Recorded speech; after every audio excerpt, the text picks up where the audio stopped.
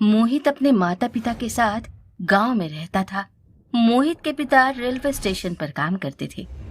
उसके पिता railway station पर टिकट चेकर थे। एक रात 2 बजे मोहित का फोन बजता है। फोन की आवाज सुनकर मोहित की नींद टूट जाती है। हेलो, हाँ पापा, क्या हुआ? Hello hello. मोहित की माँ कविता तभी वहां पर आ जाती है। क्या हुआ मोहित बेटा? माँ, जरूर पिताजी के साथ रेलवे स्टेशन पर कुछ हुआ है। मैं वहीं जा रहा हूँ। बेटा अपना और अपने पिताजी का ध्यान रखना। मोहित जब रेलवे स्टेशन पर पहुंचता है तो वो देखता है कि रेलवे ट्रैक से कुछ दूरी पर उसके पिताजी की लाश पड़ी है। मोहित के पिता का पोस्टमार्टम होता है, पर डॉक्टर उसके पिताजी की मृत्यु का असली कारण नहीं जान पाते। मैंने ऐसा केस पहले कभी नहीं देखा। इनके शरीर पर कोई निशान नहीं है, ना ही ऐसा लगता है कि इन्होंने आत्महत्या की है। मोहित के पिता की अचानक असमय मृत्यु होने के कारण मोहित को अपने पिता की नौकरी मिल जाती है। मोहित रेलवे स्टेशन पर जाने के लिए तैयार हो जाता है। उसकी माँ बहुत डरती है। बेटा तू रेलवे स्टेशन पर नौकरी मत कर, वहाँ ज्यादातर नाइट शिफ्ट ही करनी पड़ती होगी ना। अगर तेरे पिताजी की तरह तुझे कुछ हो जाएगा तो मैं किसके सहारे अपना जीवन यापन करूंगी बेटा? डॉक्टर और पुलिस पिताजी की मौत का कारण नहीं जान पाए।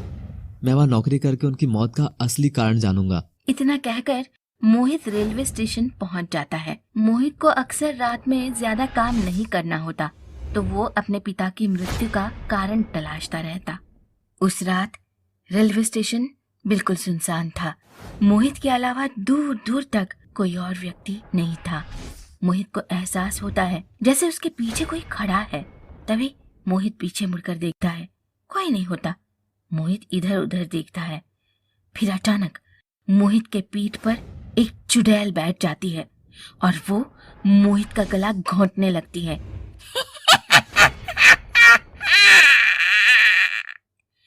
जिंदा नहीं छोड़ूंगी तुझे। मोहित बहुत कोशिश करता है, परंतु वो चुड़ैल उसका गला छोड़ती नहीं।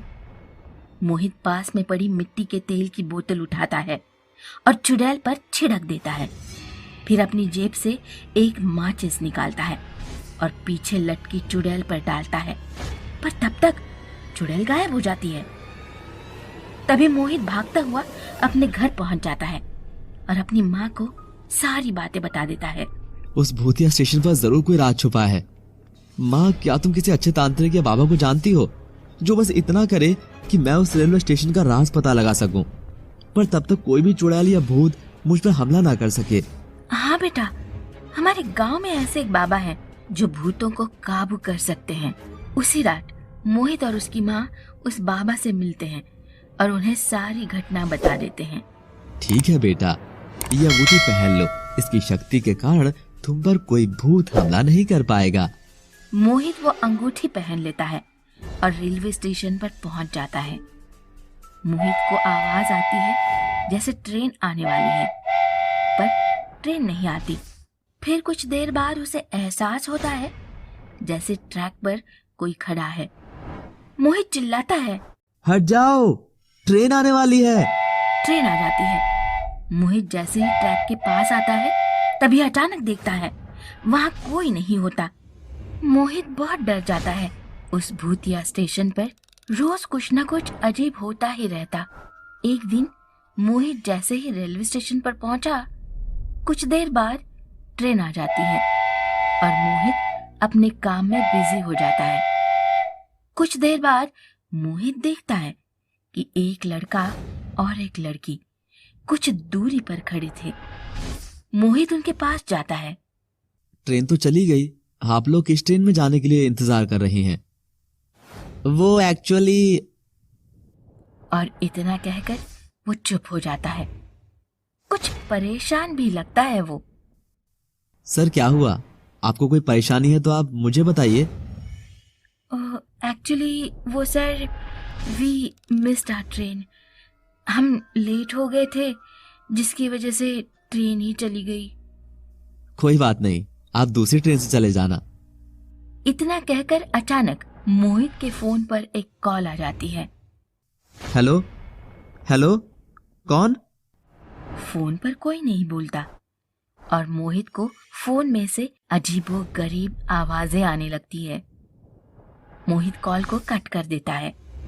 जैसे ही पीछे मुड़कर देखता है, वो दोनों, लड़का और लड़की, गायब हो जाते हैं और मोहित मन में कहता है, हो सकता है ये दोनों चले गए होंगे। फिर मोहित अपने घर चला जाता है और अगले दिन नहाते वक्त मोहित अपनी अंगूठी निकाल देता है और जल्दबाजी में उसे घर पर ही भूल जाता है। मोहित जब रेलवे स्टेशन पहुंच जाता है, उसे दोबारा वो कपल दिखाई देता है और मोहित उनके पास जाता है। आप आज फिर से? हाँ, आज हमें अपनी मंजिल मिल ही जाएगी। मतलब आप क्या बोल रही हैं? मुझे समझ नहीं आ रहा।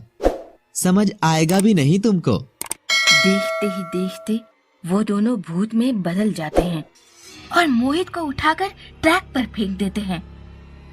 मोहित को फिर याद आ जाता है कि वो अपनी अंगूठी तो घर पर ही भूल गया। मोहित ट्रैक पर पड़ा था, तभी ट्रेन के आने की आवाज आती है और अचानक बाबा वहां पर आ जाते हैं और वो मोहित को बचा लेते हैं। बेटा, मैंने एक पूजा की जिससे मुझे पता चला कि भूतिया स्टेशन किस वजह से है। बाबा, मुझे पूरी बात बताइए।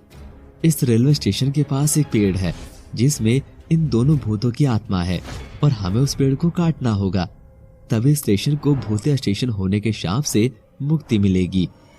फिर बाबा और मोहित स्टेशन से कुछ दूरी पर स्थित उस पेड़ तक पहुंच जाते हैं और कोशिश करते हैं उसको काट देने की, पर तभी वो दोनों भूत वहां पर आ जाते हैं और पेड़ में उसकी शाखाएं निकलने लगती है और दोनों को बांधना शुरू कर देती है। मोहित को शाखाएं पेड़ पर ऊपर उल्टा लटका देती है। फिर बाबा कुछ मंत्र पढ़ने लगते हैं और खुद को शाखाओं से बचा लेते हैं और मोहित के ऊपर अभिमंत्रित राख फेंकते हैं, जिससे मोहित भी उस पेड़ के जाल से आजाद हो जाता है। मोहित फिर उस पेड़ को काट देता है, तभी वहां वो दोनों भूत आ जाते हैं। मैं तुम दोनों को आजाद कर रहा हूँ, लेकिन तुम दोनों ऐसा क्यों कर रहे हो और क्यों मारना चाहते हो मोहित को? क्योंकि मोहित के पिता की वजह से हमारी मौत हुई है। मेरे पिता की वजह से? कैसे? मैं और आदित्य कार से जा रहे थे और हम दोनों रेलवे स्टेशन के ट्रैक के बीचों बीच फंस गए थे। तभी मोहित के पिता ने ध्यान नहीं दिया और गार्ड को फाटक बंद करने के लिए बोल दिया। अचानक से ट्रेन आ गई और हम दोनों की मौत हो गई, सिर्फ इसके पिता की वजह से। हमारे 2 महीने की बेटी अनाथ हो गई है। मुझे माफ कर दो, वो सिर्फ एक हादसा था, पर फिर भी मैं वादा करता हूँ कि मैं तुम्हारी बेटी का ध्यान रखूंगा पूरी जिंदगी। पर इस रेलवे स्टेशन को भूतिया स्टेशन होने के शाप से मुक्त कर दो। बेटा, जो होता है सब भगवान की मर्जी से होता है। तुम्हारी मृत्यु ऐसे ही लिखी थी। क्या तुम वादा करते हो मेरी बेटी को अनाथ नहीं रहने दोगे? हाँ, मैं वादा करता हूँ। उस दिन के बाद से मोहित को कभी भी वहाँ भूतों के होने का कोई भी एहसास नहीं हुआ और वो उनकी बेटी को अडॉप्ट कर लिया।